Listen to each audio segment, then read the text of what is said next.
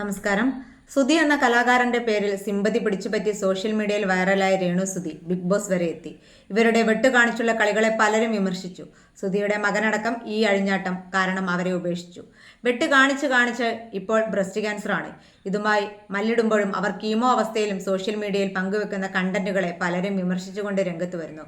പണം ഉണ്ടാക്കണം, വൈറലാകണം, ഇത് രണ്ടും ഇവൾക്ക് ലഹരിയാണ്. അസുഖബാധിതയായിരിക്കുമ്പോഴും സോഷ്യൽ മീഡിയയിൽ നിരന്തരം റീലുകളും വീഡിയോകളും പങ്കുവെക്കുന്നതിനെയും അതിലൂടെ ലഭിക്കുന്ന നെഗറ്റീവ് കമന്റുകൾ വീണ്ടും വീഡിയോകളാക്കി മാറ്റുന്നതിനെയും സിമ്പതി പിടിച്ചുപറ്റി വിമർശകരുടെ വായടപ്പിക്കാനും രേണു ശ്രമം തുടരുന്നു. ആശുപത്രിയിൽ നിന്നുള്ള വിവരങ്ങൾ, രോഗാവസ്ഥയെക്കുറിച്ചുള്ള വിവരങ്ങൾ കൃത്യമായി ജനങ്ങളിലേക്ക് എത്തിക്കുന്നില്ല. ആശുപത്രിയിൽ നിന്നും തനിക്ക് ലഭിക്കുന്ന നിർദ്ദേശങ്ങൾ ലംഘിച്ച് പൊതുപരിപാടികളിൽ പങ്കെടുക്കാൻ ശ്രമിക്കുന്നു. ഉദ്ഘാടനം ചോദിച്ച് ചികിത്സയ്ക്ക് പണം വേണമെന്ന് പറഞ്ഞ് ദിവസം 10 സ്റ്റോറിയും 15 റീലും ഇടാൻ രേണുവിന് അസുഖവും ക്ഷീണവും ഒരു തടസ്സമല്ല. ഇങ്ങനെ പ്രത്യക്ഷപ്പെടുന്ന രീതി ഒരു വശത്ത് രോഗത്തിന്റെ വേദനകളെക്കുറിച്ച് പറയുമ്പോൾ തന്നെ മറുഭാഗത്ത് അസുഖം മറന്നുള്ള പ്രകടനങ്ങൾ നടത്തുന്നത് കാണികൾക്ക് തെറ്റായ സന്ദേശം നൽകുന്നുവെന്നും ഇത് രോഗത്തെ മാർക്കറ്റ് ചെയ്യുന്ന രീതിയാണെന്നും നമുക്ക് മനസ്സിലാക്കാം. മറ്റ് ക്യാൻസർ ദുരിതബാധിതരും അവയെ അതിജീവിച്ചവരും അതുപോലെ മറ്റനേകം വിധവകളും മാന്യമായി ജോലി ചെയ്ത് മക്കളെ വളർത്തുന്നു.